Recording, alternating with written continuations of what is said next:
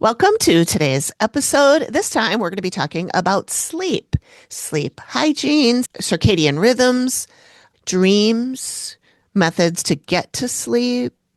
What else do we talk about, Brittany? Visitors in our dreams, Oh, yeah. long-term effects of getting good sleep versus not. Mm-hmm. Sleep routines, getting to bed, and all that stuff. So, lots of stuff about sleep. And some of the things that we talked about, we might be touching on it later because Yes. we discovered that we maybe want to dig a little deeper on some stuff. So hmm maybe for another time. If there's anything else about sleep that we didn't cover today that you want to hear about, let us know, and we will incorporate that when we do a circle back. All right, this way in to your sleep. So I guess we can jump right in talking about Yeah. sleep. We're just gonna wing it. I like it. Just wing it. Yeah. So, of course, we know sleep is important. How important is sleep? What do you think? Well, I know it's extremely important in ways that I didn't even know until recently. Like, I just thought it was that you had to be alert so that you could function as a human. hmm But there's so much more. I am learning that it has to do with physically, with your body, with your heart, with your brain health, and all this. It's not just how you act in that day. hmm And if you don't get good sleep, it compounds things that are wrong, and then things in the future go wrong because you didn't get sleep in the past. And hmm so I'm sure you can fill us in on a lot more of that. I don't really know a lot of the details, but I just know that it is way more important than I gave it credit for. Yeah, it's way more important than I think most people give it credit for. I mean, we're all so busy and we have so many things we want to do and have to do. And it's like, gosh, I wish I had another 24 hours in my week or another day in my weekend or whatever. And Hmm. a lot of people will sacrifice sleep so they have time to do these things that they need to or Hmm. want to do. Hmm. Especially people who have kids, they want some adult time. They want some alone time. It's just leave me the fuck alone time, you know? Yeah. So people will sacrifice their sleep. And I don't know if that's what you necessarily want to sacrifice, but I'll let you make that determination by the end of this episode. So, the most important thing about sleep that I could say right off the bat is it is, like you said, it's very important, not just for our physical health, but for our mental health, for our relational health, all of these things. And when we sleep, there's this phenomenon that happens of when our cerebrospinal fluid will kind of wash over our brain and it will help to remove the plaques and the buildup and of just the brain processes that happen during the day and night too, of course. But that's what really helps with the physical healing, the mental healing, emotional healing, so on and so forth, is the cerebrospinal fluid will again wash your brain for you. That is bizarre. I've never heard that. You've never heard that? No. Yeah, and most people haven't. That makes me think. I'm picturing like a brain going through a car wash. Yeah, kind of. Yeah. And so That's what so wild. people it is wild. So what people basically explain what happens is with each brain process it builds up like plaque. And Mhm. so the same thing with our teeth. When, you know, the more we eat, drink, whatever, the more plaque gets built up on our teeth. It's not the same kind of plaque, but it's the Okay. same concept in a way Hmm. because the more plaque builds up on our teeth, we get more gunk, we get more tartar, the more um, diseases your mouth can form, like gingivitis. We know Hmm. that's bad. But when that happens in our brain too, and we don't get enough sleep to wash these plaques and tangles away, then we end up over long term can develop with my gosh words. Long term, we can develop things like dementia and Alzheimer's. Mm. What do you think about that? Yeah, that makes a lot of sense. I remember when my grandmother uh, was diagnosed with dementia. They called it hardening of the arteries, Mm-hmm. and explained that that had something to do with the plaque building up in her arteries. Is the plaque in your arteries the same kind of plaque that is in your brain? Not necessarily. Okay. Okay. Right. So it's like with our teeth, our hearts, our brains, it's different processes, it's different kind of tissues and whatnot. So, like with the plaque in our teeth, it's like bacteria essentially. Plaque in our heart is more cholesterol, that kind of stuff. Plaque in our brains is more, I don't even know what to call it other than just proteins. Okay. And so it's different processes, different uh, things that constitute what Hmm. the plaques are. Hmm.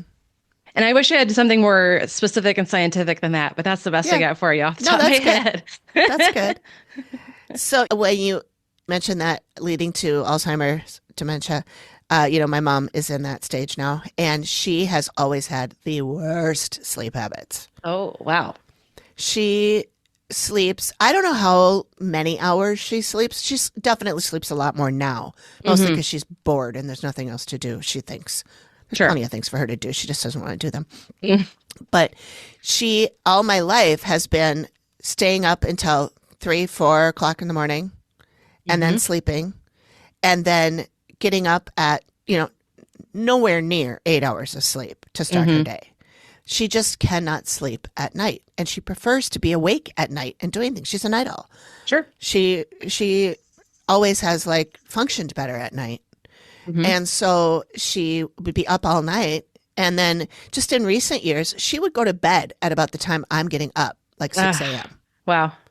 So, and then she's up for lunch and whatever. So she's not sleeping enough. Hmm. And I don't believe she ever has. Yeah. I- That's a really good point you bring up. Like, there's nothing wrong with being a night owl, but you still have to get sleep. Yeah. Yeah. From what you do remember about your mom actually getting sleep, was it restful? Probably not terribly restful because she's a very light sleeper. So if Hmm. any noise happens, she's, what? What? Hmm. What was that? So Yeah. I doubt she's ever had a very many truly good 8 hour chunks of sleep, restorative sleep. Sure. Wouldn't shock me. Yeah, and which is unfortunate because Hmm. maybe she didn't have to develop Alzheimer's. Yeah. I I mean, mean, there is dementia in her family, sure. but everyone so far is a different kind. Yeah. So if nobody else was diagnosed with Alzheimer's, it was a Hmm. different kind of dementia. One brought on by alcoholism, one brought on by Hmm. vascular. And so they're all different. And Yeah. she would not necessarily have gotten it. I mean, because of the past history of the family. Hmm. Right. So it is quite possible that it was responsible in some part is the fact that she never really got good sleep. Yeah. Yeah. There's so many more things that is detrimental to us if we don't get good enough sleep, but this is probably the worst one I can think of. It's pretty bad. It is. I wouldn't wish Alzheimer's on my worst enemy. No, no, It's or just anybody it. who knows them. Yeah, uh-huh. Exactly. Yeah. Good point. Yeah.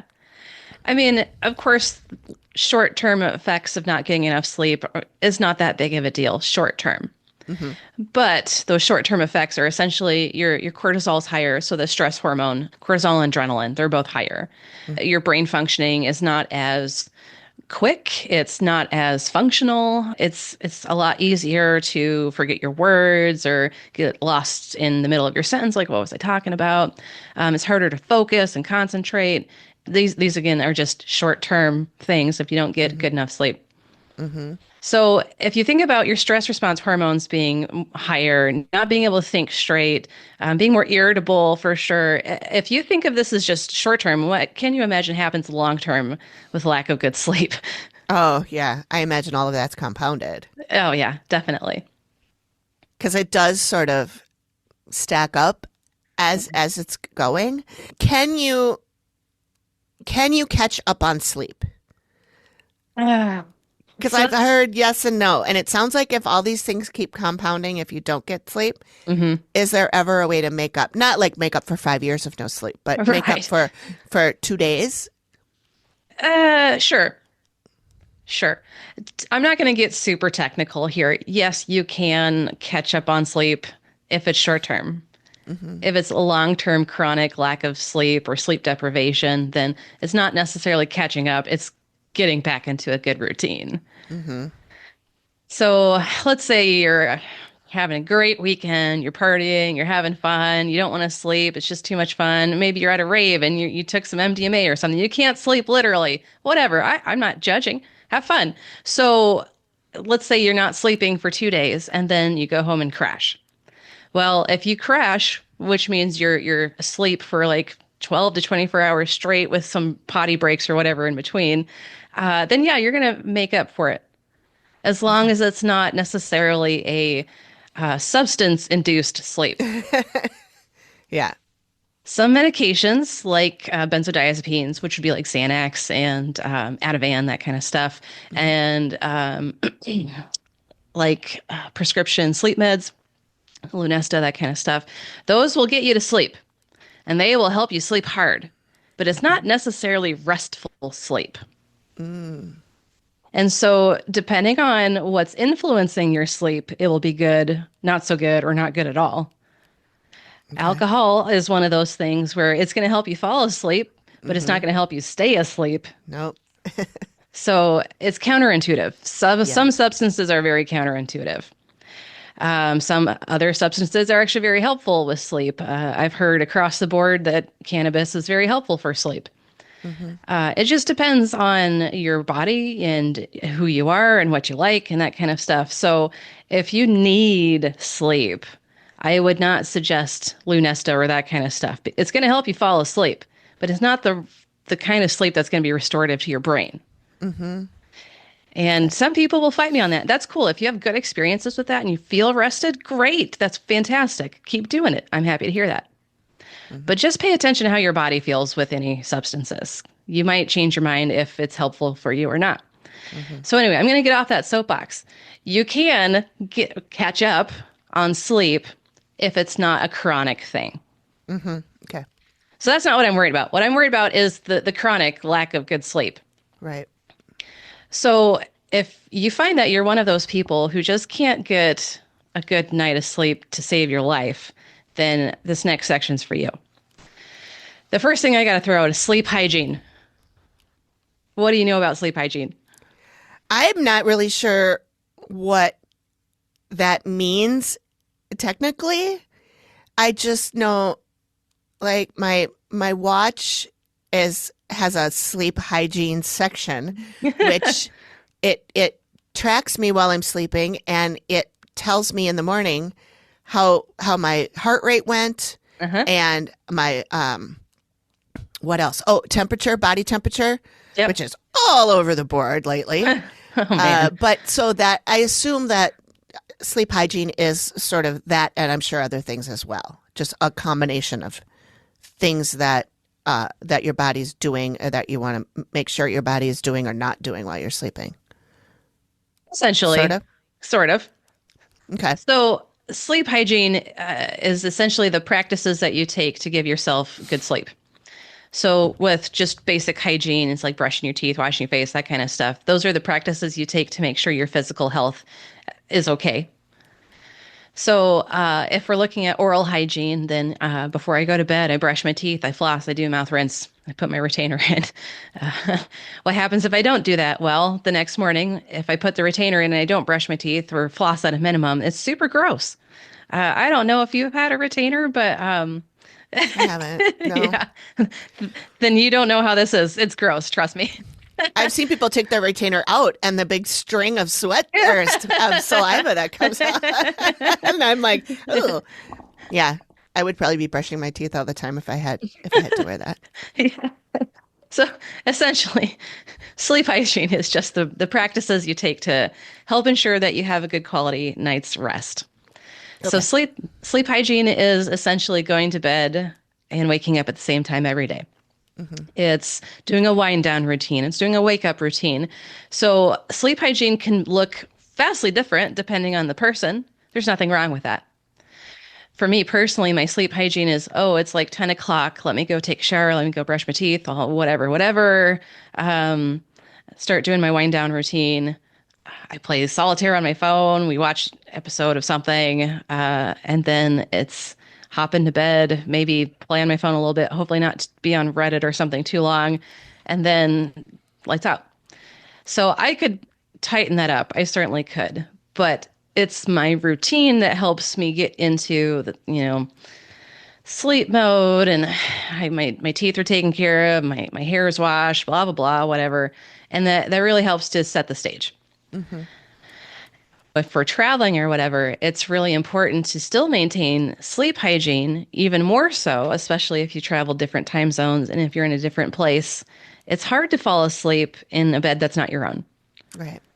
So sleep hygiene is even more important when you're traveling. So with that being said, I'm curious, do you have a bedtime routine or anything that falls under the category of sleep hygiene? I guess so. I pretty much do the same thing each night. I brush my teeth, put my hair up, get in my jammies, and crawl into bed. And I know this is probably not what you're supposed to do, but I crawl into bed early and then play on my phone or listen to podcasts or, you know, usually that's it, one or the other or both at the same time. Just because my bed is so comfy now. And so because now I have a duvet. Oh, And so it's super comfy. And so I look forward to snuggling in my bed. mm-hmm. And so that's a time where my brain gets to wind down a little. Yes. And I know that you probably shouldn't be on screens, but actually, I think I mentioned before that I have this game on my phone that's a coloring game, and it will knock me out. Yeah. It's so soothing. It's got soothing music, and it's just a repetitive ding, ding, ding, ding, ding kind of thing. And pretty soon, I'm like, the tablet's falling on my head or something. So it really does help me sleep. And in some instances, even my watch will think I'm sleeping. If I play that game in the middle of the day, I'll get a notification that says, we just clocked you at a 20-minute nap. I'm like, I was wide awake. Right. But obviously, my heart rate slowed and all of that. So, Yeah. so that's absolutely. pretty much my routine for getting to sleep. Yeah. And if that works, that works. I know some people will be like, oh, that blue light from your tablet or whatever. I do have I have it's a adjustment in my phone and my tablet that has the blue light is off or whatever. It's a different thing. So, So that helps. yeah. Other people say, "Oh, don't have screens in your bedroom at all. No TV, no phone, no screens." But I'm a proponent of not having TV in your room. But Yeah, I have TV. Whatever. Yeah. Whatever works for you. That's the fun thing about sleep hygiene is it's got to work for you. It doesn't matter if it works for someone else or not. If someone's trying to criticize you for your sleep routine and it works for you, fuck off, dude. Yeah. Yeah. Yeah, If I want exactly. advice, I'll ask for it. That's right. So the main tenets of sleep hygiene, it's basically to follow your circadian rhythm. And your circadian rhythm is the natural phenomena in all of us that helps us to fall asleep, wake up, fall asleep, wake up, so on and so forth. So every single living creature has a circadian rhythm. Us as humans, typically, we fall under we go to bed at night and we wake up in the morning. That's not everyone's circadian rhythm. I mean, clearly your mom's was not that. There's nothing Right. wrong with that. It's about figuring out what your circadian rhythm is doing and how can you play to your strengths with that. If you're a night owl, which a lot of people are, nothing wrong with that, maybe second shift or third shift would be better for you than first shift. I'll admit, after I got my bachelor's degree, I was working at a job second shift, which I initially hated, but then I was able to party a lot more. Oh, really? Yeah, I was. Isn't second shift like 3 to 11? Yeah. Yeah. Oh, Yes. everybody I know is asleep by 11. So, Yeah, exactly. So after I get off my second shift, I'd go party. I'd be able to be up till like 3, 4, whatever in the morning. I'd wake up at noon and go to get ready for work. It was great. oh, Until I wasn't partying anymore. So whatever. I was a lot more night owl when I was younger. I'm finding that even though I'm not that old, as I get older, it's goddamn, I'm turning into a curmudgeon. yeah. Oh, I'm too. I used to be a night owl as well. Yeah. I couldn't get up before 10 a.m. School was terrible for me. Yes. School was so hard for me. High It school, was. especially. Yep. So hard. I was probably half asleep for most of the day. Uh-huh. Yeah. And so, side note, teenagers need more sleep than I think any other age group, and no one gives them credit Hmm. for that. And teenagers Hmm. need sleep later in the morning than anyone else. Hmm. But And yet yet, they make us get up and be uh-huh. at school by 7. Yeah. Hmm. Ridiculous. Hmm. Exactly. Especially if you, and I don't know how this was for your school, but in my school, if you're in any extracurriculars, especially band related, that was all in the morning. Jazz band, marching band, it all Oh. started at 7 in the morning. Oh, really? Yeah, Yeah, no, I was only in choir, and that just took place during the day. sure. But then I was in cheerleading, and that was in the evening. That was Yep. after school. Yep. No, there's special sadistic people who scheduled all this band stuff. Seriously, anything band related, extracurricular, was 7 in the morning Ugh. because all the Our sports were school after started. school. Yeah, Your our high school school started at started. 7? It started at 7:15. Yeah, Oh, God, that's terrible. yeah. I think the teachers just want to get out by 3 o'clock. Start But early, end early. I but think that school doesn't was make over at sense. 2:30. Okay, that makes more sense. Yeah, so Okay. it started at like 7:15, and we were done by 2:30. Okay. Jeez Louise. I was going to say if you went till 3:30 starting that early in the morning, yuck. That's a long day. Yeah, Yeah. Wow. Anyway, so gee, teenagers need more sleep than the rest of us. yeah. Yeah. Well, growing, they're growing, and Yes. their brains are Yes. growing, and Yes. we don't want to stop that. Mm-hmm. That's God right. forbid. For real. Yeah. So anyway, back to circadian rhythm. It really depends on what your body type is. Like night owl, not necessarily like pear shape, apple shape, whatever, not that kind of body type. But yeah, what your circadian rhythm really is doing. Hmm. Play to your strengths. If you're a morning person, great. Early bird catches the worm, right? So have at it. It doesn't really matter. What matters is letting yourself go to sleep when your body wants you to, waking Hmm. up when your body wants you to, if you can. So, how do we follow this? It's a matter of paying attention to what's going on for us physically, emotionally, mentally, whatever.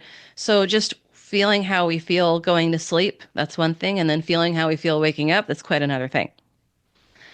Um, so, if you're not tired when you go to sleep, maybe changing some things in your sleep hygiene routine would be helpful. If you are super tired waking up, definitely changing some things in your sleep hygiene routine would be helpful. If you're feeling refreshed in the morning and you were able to fall asleep, no problem because you were tired, perfect. You got it down. Keep doing what you're doing. Fantastic. So, with all of that being said, the most important thing isn't necessarily how many hours of sleep you're getting, it's what's going on in your brain while you're sleeping. Hmm. Some people can sleep for 5 hours every night and they're great, perfectly refreshed. They function well, their brain's firing on all cylinders. That's fantastic. If you can get away with that, more power to you. Hmm. There's actually a term for people who need like 5 hours or less hours of sleep a night and be fine. They're called non-somniacs, Hmm. which is different from insomniac. Hmm. So an insomniac is someone who can't sleep, and a Hmm. non-somniac is someone who doesn't necessarily need sleep. Hmm. Wouldn't that be nice? That would be nice. I'd have a lot more time in my day. Look, yeah. I know Yes. when I was younger, I had figured out at some point, I think it was in college, I had figured out that if I slept 4 hours, no, 5 hours or less, Mm-hmm. not less like nothing, but like 2 to 5 hours, Uh-huh. I could get up and function. Yeah. If I slept more than 5 hours, I had to sleep at least 8. If Mm-hmm. I woke up in between, if I had 5 hours, 6 hours, 7 hours of sleep, Mm-hmm. no, I was not. It took me a long time to gather my thoughts and get going and be present and all of that. So I either had to have what people would consider too little sleep Mm-hmm. or too much. Yeah. That sweet spot, that unsweet spot for me in the middle, Uh-huh. no, that was not good. And that's about where I am, what I am every night now is somewhere in that, what used to be my non-sweet spot. Uh-huh. So it's weird. It's obviously changed over my lifetime. Yes. It will.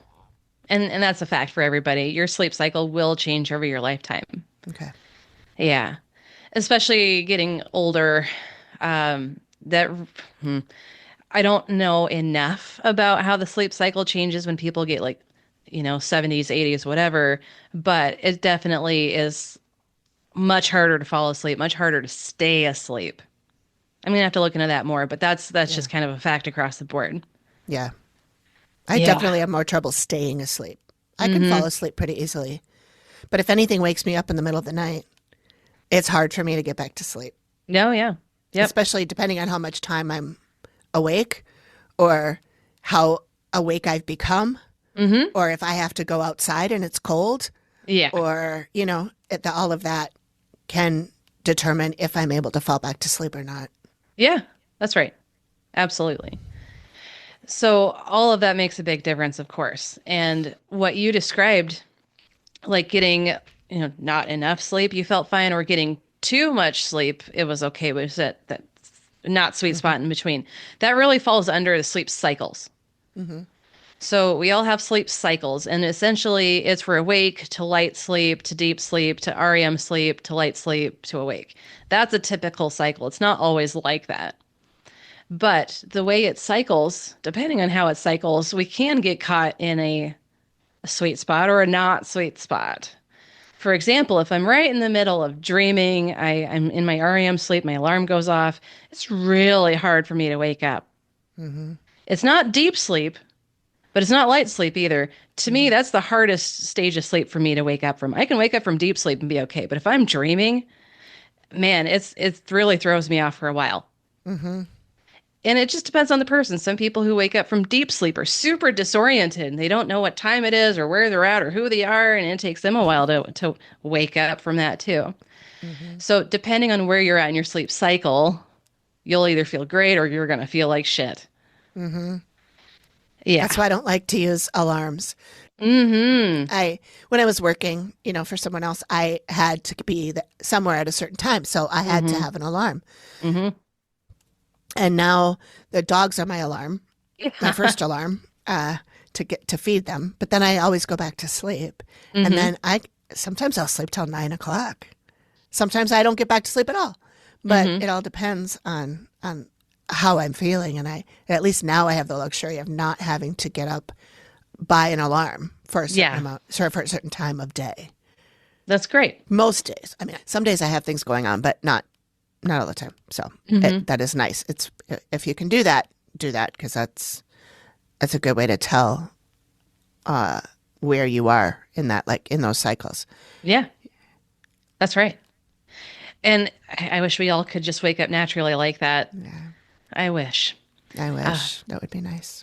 if you have to wake up to an alarm clock, though, I'm going to suggest getting an alarm clock that sounds like anything but the old standard of fucking terrible. I know, Oh, those are the worst. and it's so alarming. I Yes. mean, you're like, what? Especially if you're in a dream and you're like, uh, the fuck was that? yeah. Yeah. There's some of my alarms I have on my phone, they ramp up. Hmm. So you can pick like a sweet little melody and it starts off quiet and then it gets louder and louder and louder if you don't turn it off. Yeah. So that, I think if you have that option. So yeah, if your phone does allow an alarm that ramps up nice and generally or Hmm. nice and slowly Hmm. to a louder sound, that I find that helps me a lot to not be Yeah. like startled. Absolutely. Yeah. It's got to be something that's going to get you awake, but not in a startling way. Maybe it'll help get you moving in the morning because we do need a little jolt of cortisol to help wake us up, but not that much cortisol. It's just going to set us, on a wrong foot for the day. Yeah. Especially if you're already having a weird dream. Yeah. And I don't know about you, but when I'm dreaming, outside noises um, incorporate themselves into my dream. Yes. And so then you wake up and you're like, wait, I'm in bed? It's very confusing. Yeah, absolutely. Yeah. Oh, that's so funny. I gotta tell a little story about that because that's real. That happens for a lot of people. So when I was a kid, um, Me and my siblings, my mom and stepdad were on a road trip somewhere, I don't know, Colorado, Minnesota, I don't remember where. But anyway, my sister was asleep and I whispered some stuff in her ear while she was asleep, like the guy she had a crush on. And so when she woke up, I'm like, "Oh, did you have any dreams?" She's like, "Yeah." I'm like, "What'd you dream about?" And she's like, "Oh, I dreamed about this guy." And I'm like, "Oh, that's too." I started laughing. That's funny. I love it. I tried to mute myself because my dog won't shut the fuck up. Oh, you're okay. I Can you see. hear her? Yeah, I can hear her. Oh, Yeah. okay. Because sometimes Zoom cuts it out, but not this time. Yeah. It'll go on for an hour, so there's no point in trying to wait her out. Yeah. She'll be doing that as long as he's here. Ah, Anyway, that's okay. yes, that's funny. So she actually did have a dream about that guy. Yeah. Yeah. I love it. I think I was like 10, she was 13 or so. So, I mean, it was just funny to fuck with her. Yeah, of course. It's your Yeah. job as a little sister. Uh-huh. Well, I tried to at least pay her back from all the fucking around to me that she did. Right. Anyway, wow. So, yeah, dreams are funny because we can influence them. And there is a thing as lucid dreaming, like we Hmm. can actually control our dreams if we know we're dreaming. I'm sad to say I've only had one instance of lucid dreaming in my life. Oh, Some really? some people are experts at it. I'm not an expert, but I've had it happen several times. Ooh, nice. Not necessarily on purpose. Right. Yeah. It just happens, and I'm like, this is bizarre. Uh-huh. And there's always a little clue in the dream that lets you know that it's a dream. Mm-hmm.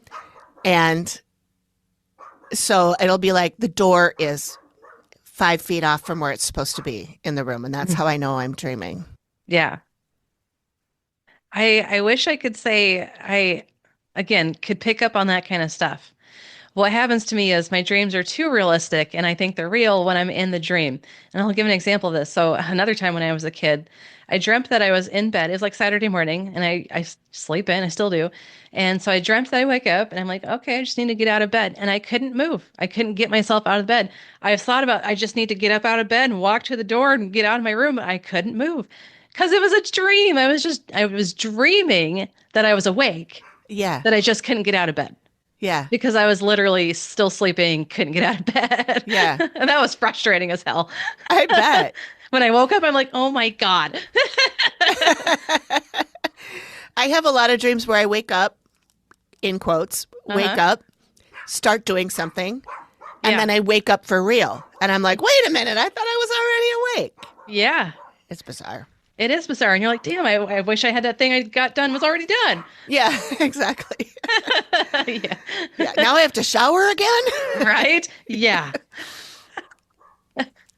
Yeah, So dreaming is so weird. So is lucid dreaming when you know you're dreaming or when you don't know you're dreaming? Because lucid is when you know you're dreaming. okay. And So then you what have is it what that we were talking about when you think you're awake but you're actually dreaming? I don't know if that has a real name, Okay. but essentially that's just what it is. Okay. Yeah, I know. I'm gonna have to look into that too. Is there such a thing as opposite of lucid dreaming? But yeah, lucid dreaming is basically you know you're asleep, you're in a dream, and oh, I can control this dream. Never gonna have Yeah. fun. Yeah. I have done that. That is I'm like, now I'm going to hear the sound of water draining. And I do. And then, it's really weird. Yeah, it is. You can train yourself to lucid dream. I don't know necessarily what it entails, but I know you can. I've heard that too. Yeah. I don't care enough. I just want to get some good sleep. And if I Yeah. have some fun dreams along the way, cool. If I don't have bad dreams, I'm happy. Yeah. Yeah, because Yeah. those are the worst. Sometimes we wake up from dreams that are so emotional or terrifying or whatever, and we're still feeling those emotions. We're waking up crying. That's always fun. Mm-hmm. Yeah. So in REM sleep, that's when we're dreaming. This is not when we have like sleep paralysis. Our bodies are quite functional physically in REM sleep. Deep sleep's a different story. That's when the sleep paralysis and our bodies aren't moving really comes into play. So in REM sleep, we can actually physically act out our dream, that kind of stuff. That's when we're more tapped into the stress response when we're asleep. And that's why when we have these super emotional or realistic dreams or whatever, we wake up feeling it because our stress response is physically on, even though we're asleep. And that can be a real problem because Hmm. we don't want our stress response on. It prevents us from sleeping or sleeping Hmm. well or getting to deep sleep. The higher intensity stress response is on, the less sleep we're going to get. Yeah. So oftentimes we do wake up from these dreams when our stress response is on because it's not a survival thing to stay asleep. If our stress response is on, we need to survive. So we need to wake up. Hmm. Have you had any dreams like that where you woke up just feeling super emotionally intense? Yeah. I had not too long ago, I had a dream that I was in a car accident Ugh, wow. and I was sitting in the car and it was a dream that felt like it was real. Mm, And so I didn't know I was dreaming mm-hmm. and I thought it was real. Yeah. And Greg was driving. I was in the front passenger seat and we were careening toward um, uh, like a cement wall. Oh. And I could see that we were going to crash into the wall. Mm-hmm. I saw the cement come up to my face Yeah. and then I didn't wake up right away. I just laid there. And so at that point, I still thought it was really happening. Mm-hmm. And then when I finally woke up, I was like, oh, and I realized I was in bed. Uh-huh. It took me a while to realize you're in bed, you're not in a car, you're Mm-hmm. not smashed up. And it was it was a very weird feeling to finally come back. But then I was uh yeah, I felt like well, first of all, I was angry because I'm like, why did you drive us into a wall? Right. Um, but then I was also relieved, but also scared, and it was a whole mishmash of stuff. Okay. All right, so yeah, uh, emotional dreams. Yeah, have had some of those emotional dreams. Yeah, so you woke up from that one feeling angry and just still shocked and Yeah, relieved. relieved, and yeah, Yeah. it was bizarre, and it took me a while to go. Oh wait, that was a dream. Mm-hmm. And then, of course, I tried to piece together why did I have that dream? Ah, Was that like, am I going to be in a car accident or like, was it a prophecy dream or, right. Yeah. which, Sometimes we have premonition dreams, but most of the time it's just a direct reflection of something that we've been thinking about, either Mhm. consciously or subconsciously. And so, what you said, angry that he drove you into a wall, like maybe that's a metaphor for something that was actually going on that you were pissed off at him for. It could be. Yeah. Well, and somebody who does likes to uh, try and decipher, I guess is the word, dreams, Hmm. said that everybody that's in your dream is actually you. Oh, So in that dream, my husband would have not been my husband. It was hmm. actually a piece of me Uh-huh. so it's maybe myself doing something to sabotage me. Uh, sure. I don't know if I buy that though. I don't know. I don't know. I don't know either. It's possible. I couldn't think of anything. But, I've heard that also that it's just your brain processing things that happened to you or things you've been thinking about for the last 72 hours. It doesn't have to be the last 72 hours. It could be something that's been on your mind throughout your life. Okay. It could be an old grudge. It can be something from childhood that you wish was different. I mean, it doesn't have to be anything recent. This could just be anything that's been on your mind consciously or subconsciously that you're dreaming about. Um, and I definitely don't buy that. And now that I'm thinking about it more, I don't buy that every person in your dream is you Okay. because there are other people in our lives more than just us. We're not the only Yeah. people that are an important character, you Right. know? For example, a dream that always sticks out to me, I had an ex in it, and my ex murdered me. And I came Oh back my as a God. ghost. Yeah, exactly. Ah, I came back as a ghost to avenge my murder. And I rounded up oh, other ghosts that he murdered or hurt or whatever. And we had a little spirit posse and we exacted revenge or whatever. oh my So, God. yeah. I love that. Uh-huh. Yeah. And so to me, this ex was an abusive prick. And so this dream was wanting justice for the harm he caused, not just to me, but to anyone he got harmed. You know what I mean? Sure. Sure. And obviously those were not all pieces of you. No. Yeah. Yeah. Interesting. So really, dreams are can be abstract. They can be very concrete about what's on our mind. Sometimes we have dreams, and it is literally this was going on in my life. Now I had this dream about this thing, and this is how it resolved in the dream. Maybe it can resolve this in real life that way too. Sometimes it's that concrete, but sometimes it's really abstract. Most of the time, it's pretty abstract. So there are some aids to help interpret your dreams. I use dreambible.com. That's usually pretty accurate. But Okay. there are other ways of dream interpretation. It's really just checking in with yourself. Hmm. What does it feel like physically, emotionally? What's the theme in this dream? How does this translate into themes of my life? So if you just spend some time thinking about it in a little bit deeper level with some mindfulness, you can probably figure out the dream yourself. But there's symbolism that I think is fairly universal somehow, and I'm not entirely how. A lot of the time, it boils down to our culture and what the symbolism means. Sure. For example, just culture and symbolism. A lot of people will say like, "Oh man, I said this in a room full of people, and all I got back was crickets." Well, we know what that means. It means everyone was silent. It was so silent that we just heard the crickets outside doing their little chirping. Hmm. I said something like that to an older lady a few years ago, and I'm like, "Yeah, I just got crickets back." She's like, "Crickets? What do you mean?" I'm like, Oh. okay. It means no one said anything.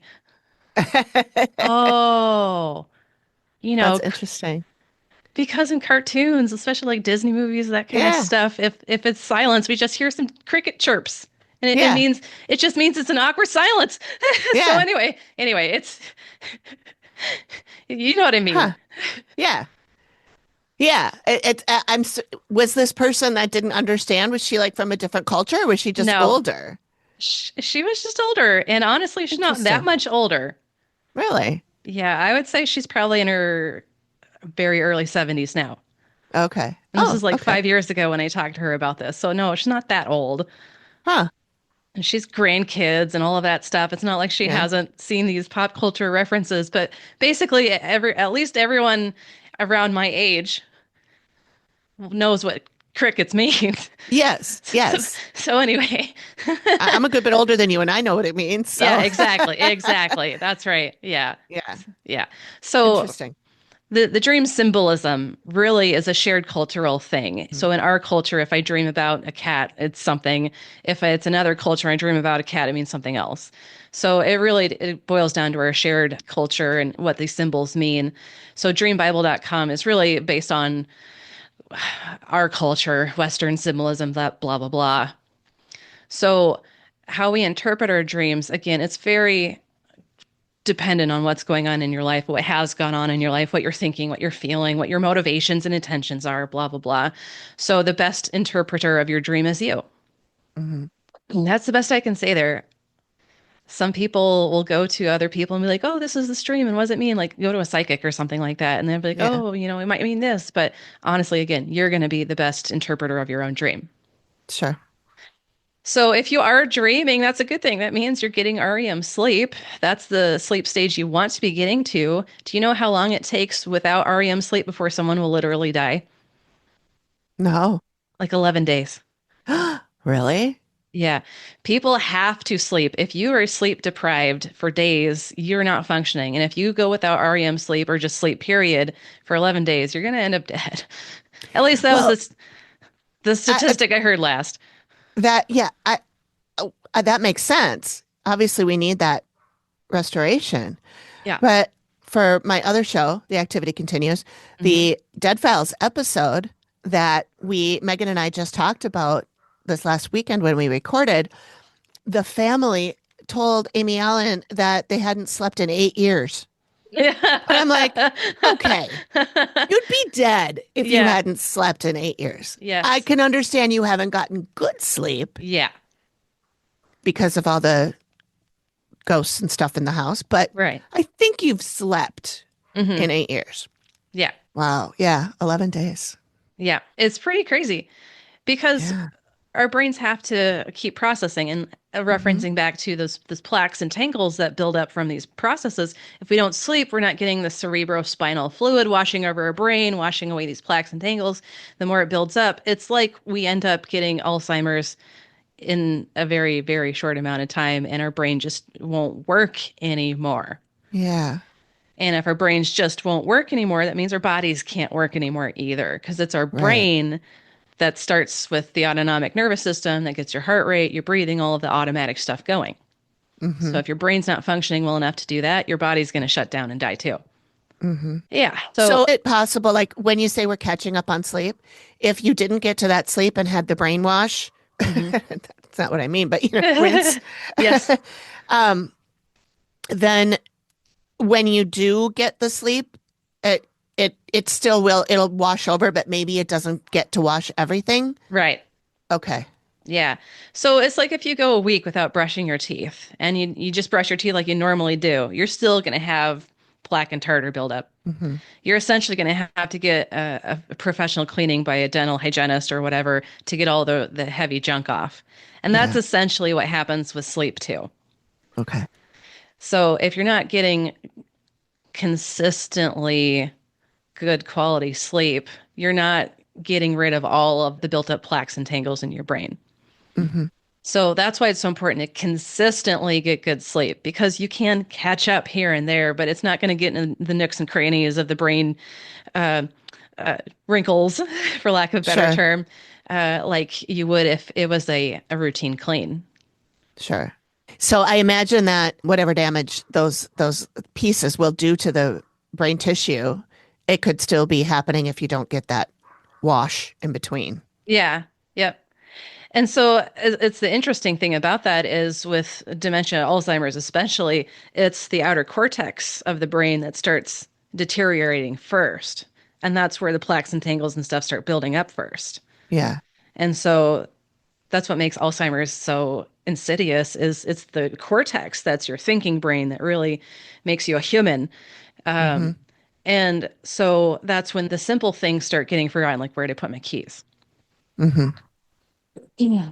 So I could go on and on about that, but that essentially is why Alzheimer's is doing what it does. It's because the cortex of the brain starts deteriorating first because of the plaques and tangles being built up Hmm. there, especially. Okay. Yeah. It I'm gets, surprised that the medical community hasn't figured out a way to do that washing, rinsing on demand, you know? well, they just kind of figured out the cerebrospinal fluid washing in the last several years. Okay. Yeah, I don't think anyone particularly knew this was a thing more than 10 years ago. I think Okay. this is a newer discovery. Sure. Plus, Interesting. there's been a lot more funding and research on Alzheimer's in the last 10, 15 years. Hmm. And so this, I think, is a result of that research that's being done, Hmm. which is good. It's good to have Yeah. that research. It's good to know because Yeah. hell, even over 10 years ago, there was like, oh no, I think what I read over 10 years ago was like today, there was supposed to be like over 50 million people with Alzheimer's. Wow. Yeah. I'll have to look up that statistic again because I'm wondering if it's worse or better than what they predicted 10 years ago of where it would be at now. Yeah. Yeah, I'll have to look into that. But anyway, the moral of the story is consistent sleep is better than trying to catch up. Okay. So I know when we really try to get more time in the day, our sleep is sacrificed. But I'm wondering, instead of sacrificing sleep, what else could be sacrificed instead? I mean, maybe save that episode for the weekend.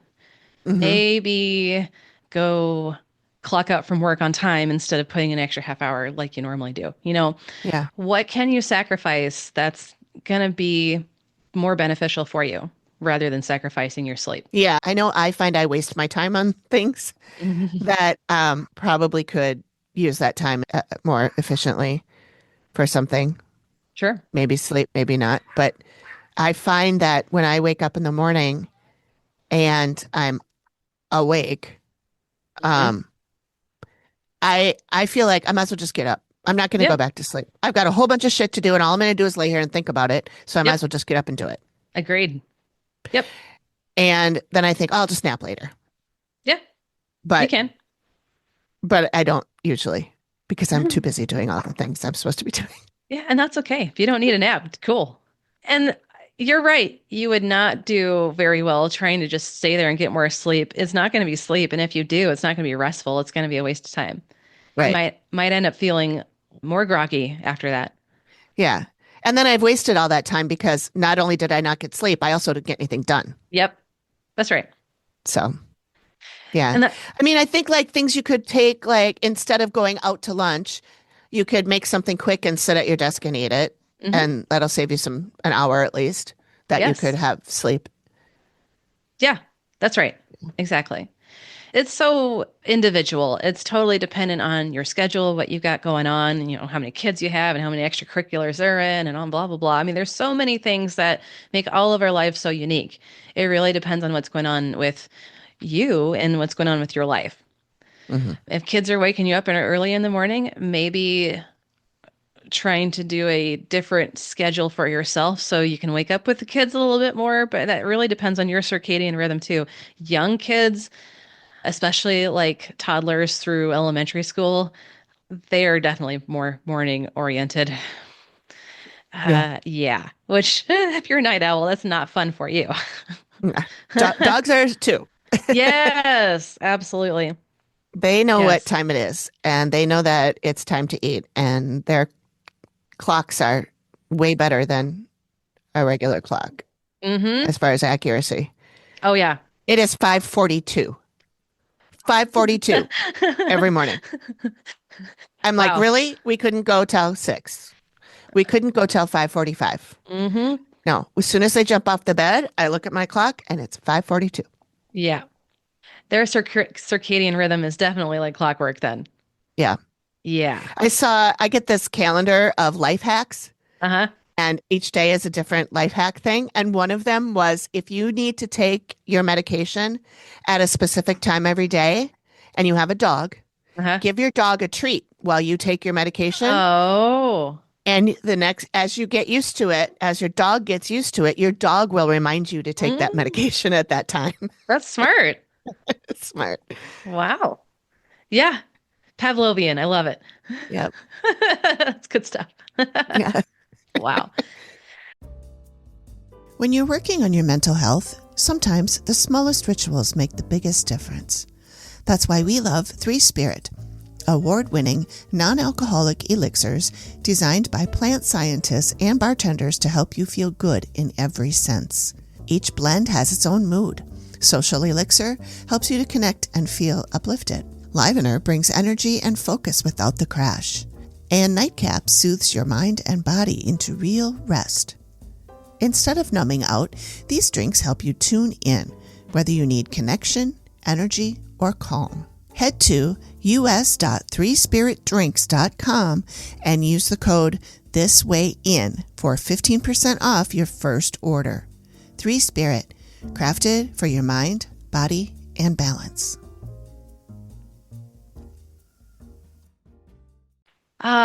So let's kind of round this out by talking about how you can help get your circadian rhythm back on track. And the very first thing is it takes some discipline. It does, because if you're trying to go to bed at, say, like 11 p.m. every night, but your favorite show's not over till 11, it's going to take some discipline. Mm-hmm. And it's tough because, going back to parts of self, our kid part wants to play and stay up and have fun. At least that's my problem. My kid part is like, oh, but I don't have to do anything. And I don't want to go to bed because there's so many Mm-hmm. fun things I want to do. But Mm-hmm. it's like, is it really all that fun? It's not, especially in the morning. It's really not fun. So let your logical part override your kid part. It's going to be a little A little bit of a downer, but it's for the best in the long run. And of course, that's what Hmm. logical and responsible parts say. So, anyway, it's a little bit of discipline. What is it going to take for you to consistently get into bed at 11 p.m. every night? That's what uh, only you can determine. So, that's what makes it even more of a discipline thing. Only you can determine this for yourself. Sure, other Hmm. people can tell you, but do you really want other people to tell you to go to bed? I don't. No. I Yeah. don't like anybody telling me what to do. I don't even like myself telling me what to do, Yeah, but it's better than somebody else. exactly. Yeah. Uh-huh. But yeah, so uh, people say it takes 4 weeks to develop a habit that lasts. So it's Hmm. going to take 4 weeks for you to consistently go to bed at the same time and wake up at the same time. On the weekends, it's a little different, but make sure you have your sleep wakes cycle within about an hour, give or take, of how you normally do it during the week. Sure. So if you're going to bed at 11 during the week and waking up at, let's say, 7, then make sure you're in bed by midnight and waking up by 8 on the weekends. So it's Yeah. just a matter of consistently setting this time for yourself. I'm going to bed at 11, I'm waking up at 7. And Hmm. doing it regardless of how your body feels, regardless of your critical part being like, this is fucking stupid. I know it's tough. That's what I'm saying. Discipline. This is tough. Yeah. If you can do this for at least 4 weeks and get that routine down, then it's going to be a lot easier for you to just fall into this routine. Your circadian rhythm is going to want this. Hmm. And so it's just going to make it a lot easier on yourself eventually. Get over the Hmm. hump, bust through that big wave. You'll Yeah. get to the smooth sailing. Yeah. So that's the number one thing. Get your circadian rhythm on track the way it wants to be. Hmm. If you're falling asleep at like 10:30 and your bedtime's 11, you're doing great. That's Hmm. fantastic. If your bedtime's 11, you're not falling asleep till 1, 2 in the morning, it's not so great. Takes a Right. little bit of discipline and get back on track. That's the number one thing. The second thing is some tools in your toolbox to help you fall asleep if you're struggling to fall asleep. And I know we kind of talked about that last episode. Hmm. So let's just do a quick review. So, focusing on the sensations of breathing is one of the Hmm. easiest things that most people can do. I recommend this to almost everybody. Just the sensation of breathing from your nose to your belly button, just how it feels for that line. So, how it feels with the air coming in through your mouth, how it feels coming down your throat, how your chest feels as it expands, how your lungs feel as they expand. And then when you exhale, how your stomach, your chest feel as your lungs contract and how the air feels coming back out of your mouth. So, really, just physically, how does it feel? Focusing on that. Hmm. It's a type of meditation, it's a type of mindfulness. It's simple. If you're struggling with something that simple, then there are other things, of course. Hmm. You were talking about a military thing that helps people Hmm. fall asleep. Would you mind telling me about that some more? I learned about it from an app I have called Better Sleep. Uh-huh. And it is just a 3 minute, it's called the Military Method for Sleep. And this woman with this beautiful voice walks you through. First, she tells you the first minute or so of it is her explaining how it works and why it works and why it's used in the military. And it's because pilots and soldiers often need to sleep and they can't sleep because they're not in a comfortable position. They're not in a nice, cozy bed. Mm-hmm. They're, in a airplane or they're in a bunker or something. And Mm-hmm. so it's about like getting your brain out of where your body is Yes. and using the physical sensations of, like you said, the breathing out. She says, how does it feel in your nose and all of that. Mm-hmm. And then so you do the breathing thing for a while and then she has you imagine that you're on an island or on a beach somewhere Mm-hmm. and the waves are coming up and you're in a hammock and you can feel the sun on your face and you can Mm-hmm.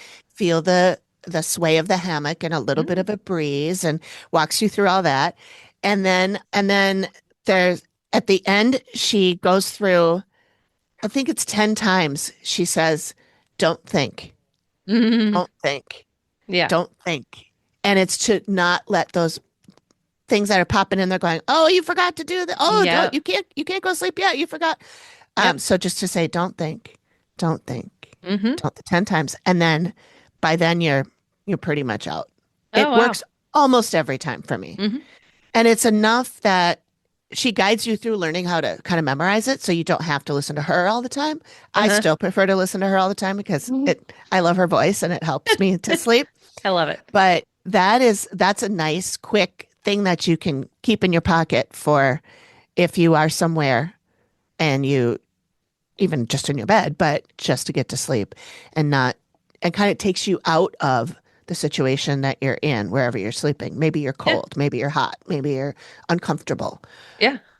maybe you're in a car, you know, Uh-huh. or on a plane. It was Sure. helpful when I I was bet. on the last trip I was on to do that. I did a Yeah. lot of meditation to try and sleep, and I did sleep pretty well. But Yeah. I ended up with no jet lag on the way there. Oh, Way back is great. a different story, usually Sure. how it is. Yeah. But but yeah, there's this app I have has a lot of meditations like that. But that military method is your keep that one in your pocket for if everything else fails. Mm-hmm. That one will usually work. Yeah, and it sounds like it would because the secret sauce we need is basically our bodies to physically relax enough and our brains to relax enough. Yeah. We can get our bodies to relax, but our brains are going a mile a minute, or vice versa. Mhm. Our bodies are super tense, but our brains like, why can't we just fall asleep? Yeah. Both have to be relaxed enough. Yeah. And I find nothing works better than actually a guided meditation. Yeah. Especially it's something to say like clench your jaw and then Hmm. release it. Yes. Because you don't even realize you're clenching your jaw until someone tells Yeah. you to clench it. And then you're like, Mm. oh, I was already doing that. That's right. And that feeling of really relaxing. Hmm. And like I mentioned before, I did this one meditation thing that guided me through relaxing every muscles I didn't know I had. Yes. And I was like, I can't believe I'm actually relaxed for probably the first time in my life. And I had had a pain in my neck for about a year and a half. Oh, And I went to a massage therapist. I did everything I could. yep. And it was that meditation that actually relieved it. Hmm. I was holding this whatever shit in my neck. Hmm. And it was probably emotional because it was right after my dad died. Oh, yeah. It was like the day after my dad died, it started. Ah. And I just thought I was sleeping funny. And I tried everything. And then finally, it was a meditation I did that actually had me relaxing every muscle in my body. And I was like, oh, my neck doesn't hurt anymore. Yeah. It was bizarre. So there's a lot. I mean, I can't say enough about that relaxation. Hmm. It's miracle. Yeah, it really is. Yes, especially with everything being so stressful in this world, our bodies just can't take it chronically. I Hmm. know again, I think last episode I said that a chronic stress like adrenaline and cortisol eventually will kill you. Hmm. Lack of sleep will kill you. And Hmm. if you're super stressed and not getting enough sleep, well, you're going to have an early demise, unfortunately, Hmm. statistically. Can't guarantee. I don't want to guarantee that. I don't want to guarantee that, but statistically, yeah. Yeah. Plus, I'm just piggybacking off of that. If you're super stressed, you're not getting a good enough sleep, then a lot of the time people end up developing bad habits that make it even worse, like drinking Hmm. or Yep. gambling or, addictive stuff, or even just Hmm. being just everything sucks. That none of that helps. It just adds to your stress and it's more of a sleep depleter. So Hmm. if you take away anything, try to relax. Relax your Yeah. mind, relax your body. That's meditations or mindfulness. It's yoga. It's focusing on pleasant stuff, practicing gratitude, um, Hmm. focusing on your strengths rather than weaknesses. What's going well rather than what's not going well. Hmm. Um, I could say that a lot of people might take this as like toxic positivity, but there is a big difference between practicing gratitude and toxic positivity. Hmm. Hmm. Gratitude is even though shit sucks, I can still appreciate the stuff that's not sucky Hmm. Hmm. and choosing to focus on that Yeah. instead. Just focusing on gratitude, Hmm. mindfulness, meditations, that's all going to help with sleep Hmm. at a minimum. Yep. So, does it feel like there's anything sleep wise that we didn't talk about that you think we should? The only thing that we just touched on a tiny bit that I wanted to maybe circle back to is sleep paralysis. Oh, sure. Because I always thought that sleep paralysis was in your dream state so that you don't act out your dreams. I thought that's why our bodies went into sleep paralysis, is so that we're not kicking and screaming and walking around and all that stuff while we're dreaming that we are. Because didn't you say that it happens in a different state? Yeah. Yeah. So REM sleep, that's definitely not when sleep paralysis happens because I mean, if sleep paralysis happened during REM sleep, we wouldn't have sleepwalking. Hmm. We wouldn't have REM movement if sleep paralysis was a thing during REM sleep. Um, REM, rapid eye movement. Our eyes are kind of going all over the place Hmm. when we're dreaming. That helps us. It's part of the processing of dreaming, Hmm. and that's a big element of EMDR, eye movement desensitization and reprocessing. It's not just eye movements anymore, but that's basically how Francine Shapiro, the lady who developed EMDR, stumbled upon it. Okay.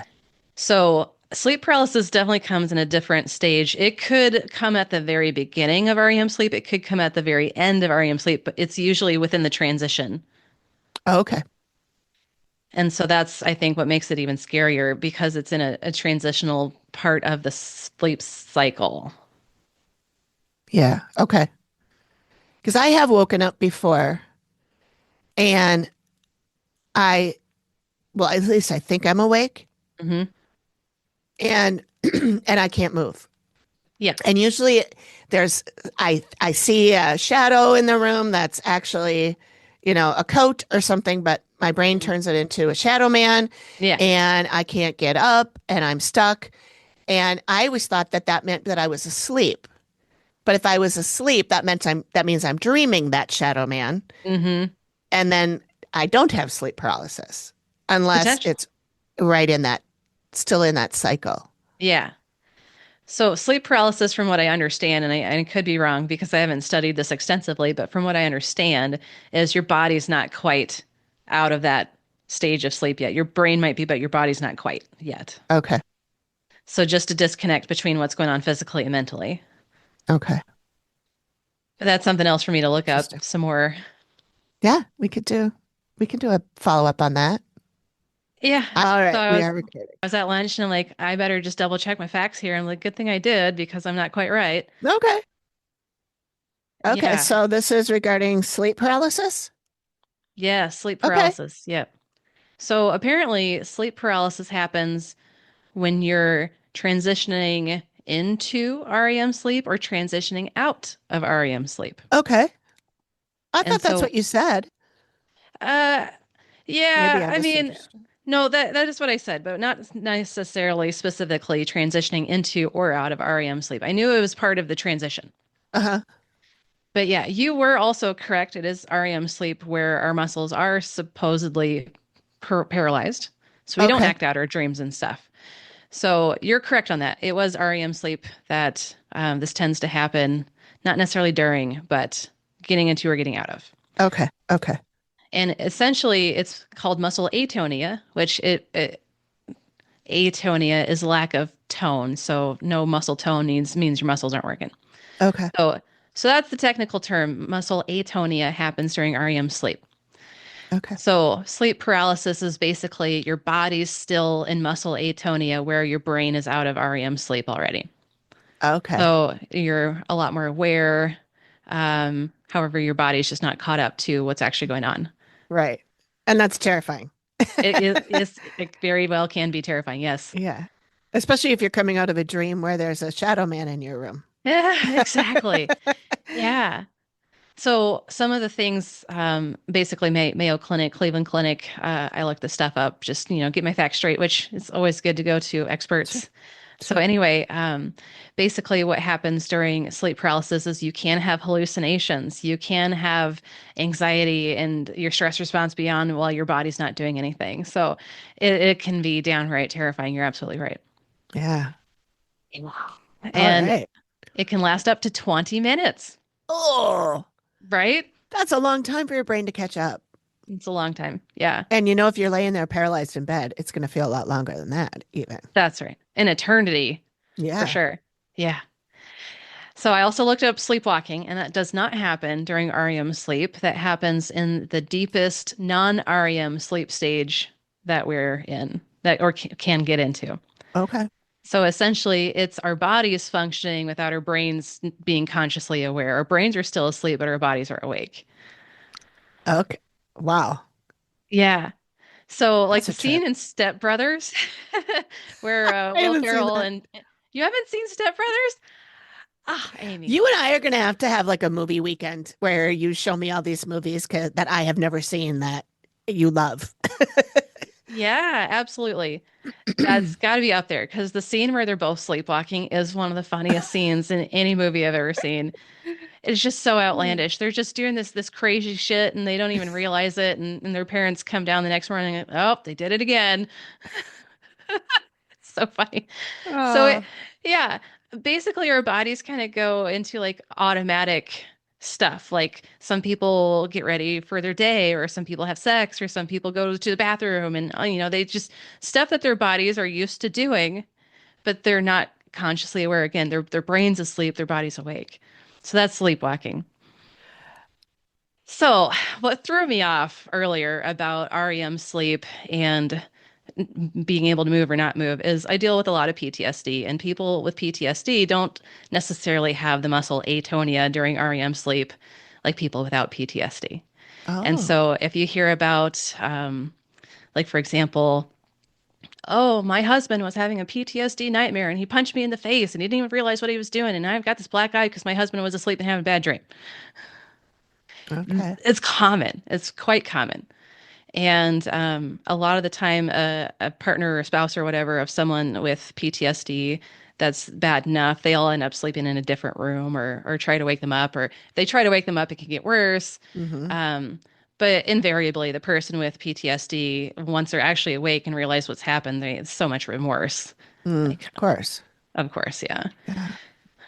If someone says they have a PTSD reaction, there's no remorse afterwards. It wasn't a PTSD reaction.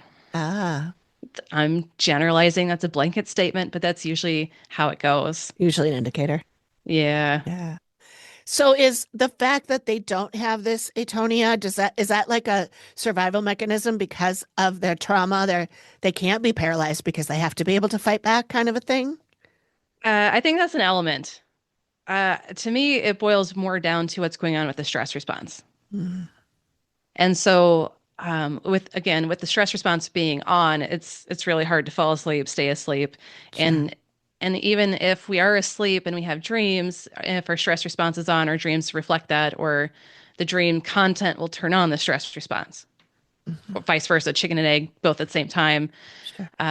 So a lot of the time, people with PTSD, one of the criteria that will state, you are diagnosable for PTSD is bad dreams, nightmares.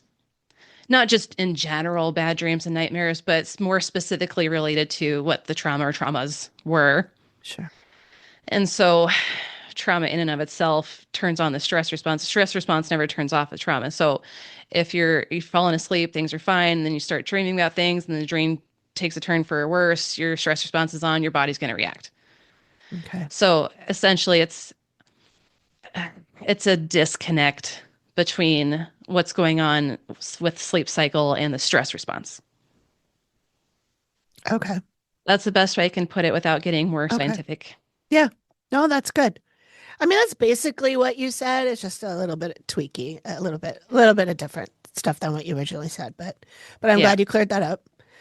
Me too. I would feel like, fuck, I really should have said something about that because I don't want to put out false information out there and be like, Right. oh, this was the truth when I was off. Right. Right. No, I I I'd need to do that in our other show too. I'm always like doing voiceovers. I'm like, we were wrong. We were wrong. Here's the real thing. Yeah, and I always appreciate that because I want to know what the real thing is. Sure. Sure. And I'm Good. sure our listeners do too. I'm sure they do. I'm sure they do. Yes. I'll be sure to splice this in the middle as opposed to tacking it at the end. It's because those fingers start typing really quick. That's not right. Mm-hmm. Yep, Before they finish the episode. So, yeah. exactly. Yeah. All That's all right. good. Thanks Yeah. for letting me correct myself. Thank you for correcting yourself. All Appreciate it. good. All right. We won. It's fascinating. It's all fascinating to me, but dreaming is, yeah, it's wild. I've had some Yeah. really weird dreams lately. Oh boy. Not bad, just weird. Okay. I'll take weird. Yeah. Yeah, I don't know. I always wake up and speak them into my phone, and I had three weird ones in a row. And I woke up after the first one. I was like, "Yeah, it was short. It was weird." And then Uh-huh. I went back to sleep, had another one, and I was like, "I should probably document this." But then I fell asleep right away. Woke up, had the third one, and I was like, "All right, I definitely have to document this." And I pulled Uh, down my phone and I turned on the recorder, and it wouldn't record because uh, it said it was recording something else, which it wasn't. Nothing else was open. This has that's happened before. weird. It's very weird. So I Huh. had to restart my phone. And then I tried to go back to the dream, and I could only remember a little bit of the third Ah, dream, and I couldn't remember the other two at all. damn. You know, I did finally remember bits and pieces of the other two as I Hmm. started just talking and being like, well, I think it had something to do with, and I'm like, oh yeah, it was, then it started to come back to me, but I still didn't get everything. I lost most of it, but, uh, yeah, I like to try and as soon as I can speak that, what I remember of that dream into my recorder Yeah. so I can keep track of it. Hmm. It's so weird to go back and listen to them too. I'm like, I don't remember having this dream at all. That's great. Weird. Yeah. So one thing I got to bring up since we're talking about dreams and dream content is a lot of time we'll dream about our loved ones who have passed, and it's Hmm. just a dream. But there are some times where it's a dream where your loved one actually comes to say hello. Hmm. And there's a difference between the two. Do you know what the difference is? I think it is whatever. I think you can tell the difference because of what your emotions are doing when you wake up or when Yeah. you realize it or when you talk about it. Mm-hmm. Because if you're just like, oh, that was a weird dream. My grandma was in that dream, but she's dead. And I even asked her in the dream, aren't you dead? But it's if I have that and my whole body starts to tingle, and then I go, oh, I think that was real. Yeah. Yeah. Yeah. Yeah. And it's going to be a little different for each person, of course, and each person who's dreaming and each person's loved one who comes to say hello. Hmm. For example, with my mom, I know I'm just having a dream if she's like talking with me and we're interacting with a whole group of people, like a family get Hmm. together or something. Like one dream, I asked her like, I need some help, and she's like, well, you can take grandma's car. I'm like, crazy grandma, really? No, that's no. So I knew it was a dream because it was kind of outlandish, but. Other times she's actually come to say hello and it's just very brief. She doesn't say anything. She just Oh, gives me a smile and a face that says what she needs to say, and that's that. wow. Very brief. Yeah. And how I feel waking up is definitely very different because it's always like, oh, when I wake up Yeah. versus, oh, okay, mom was in my dream, but yeah, that was a Yeah. weird one. Yeah. Yeah. A friend of mine just the other day said, oh my God, I have to tell you about this dream I had. He said his father died like a year ago. Ugh. And he said, I dreamed that my dad, I was at his old house. Hmm. And he said, I dreamed that my dad was there and he looked kind of gray, Mm. not like dead, but he looked just like he wasn't feeling well. And he said, I went and talked to him and I said, oh, it sounds like are you okay? You don't look great. And he was like helping him sit down and stuff. Mm. And then he said, I realized when I woke up that I think that was him visiting me. Hmm. And he said, oh my God, I'm getting chills just telling you about this. I haven't told anybody this yet. And I'm just now voicing it for the first time. And I'm feeling my whole body is like, and I'm like, yep, that was a visit. Hmm. Yep, I really think that was a visit. I do too. Yeah. And our loved ones will come visit us in our dreams because that's when we're most receptive. A Yeah. lot of, yeah. And you know this better than I do. So tell us about how people are more receptive in their dreams. Oh, I just know that just because of the dead files. Right. And Amy Allen talking about when she goes to visit these people and she's trying to, help them figure out what's going on in their house. And they'll be like, this woman comes to me in a dream and she told me how she died. And she told me that she was murdered and she didn't throw herself out of a building. And then we find out that's actually true. Yeah. And then Amy will say, it's because they come to us when we're sleeping because that's when we are the most open. Yeah. And that is when our brains are working very quickly, Hmm. but they are more open to things that we can't see Yes, with our absolutely. regular eyes. Yep, absolutely. Um, I can reference this to a pop culture thing. If you've ever seen Ghosts, at least the U.S. version of Ghosts, Yeah. Sass gets to go visit Jay in his dreams, and that's the only time Jay actually gets to interact with any of the ghosts.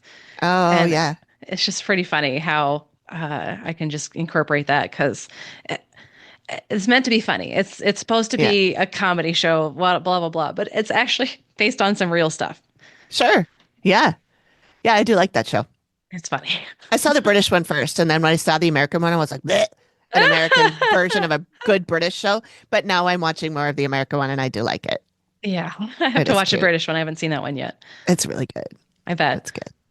You might not like it as much just because you saw the American one first. Sure. Usually it's whatever you saw first is the one that you like the best, but I like them both. I'm sure I'd like them both too. So, sleep, if I'm going to wrap up, it's probably one of the most important things you can do for yourself is Hmm. give yourself good quality sleep every night if you can. Your older self will definitely thank you later when you don't have Alzheimer's, hopefully. Hmm. Plus, the more quality sleep you get consistently throughout your life, the healthier aging you will achieve. Hmm.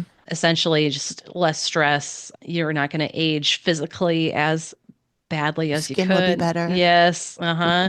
So, I mean, it's not just cosmetic, it's just general overall health. Your overall health will be better into your older years if you Hmm. consistently get sleep throughout your life.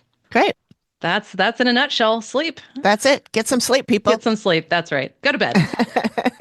This Way In is co-produced by Brittney Baxter Dameron and me, Amy Lotsberg, at Collected Sounds Media. I also edit and manage the show, which is part of the Collected Sounds Independent Podcast Network.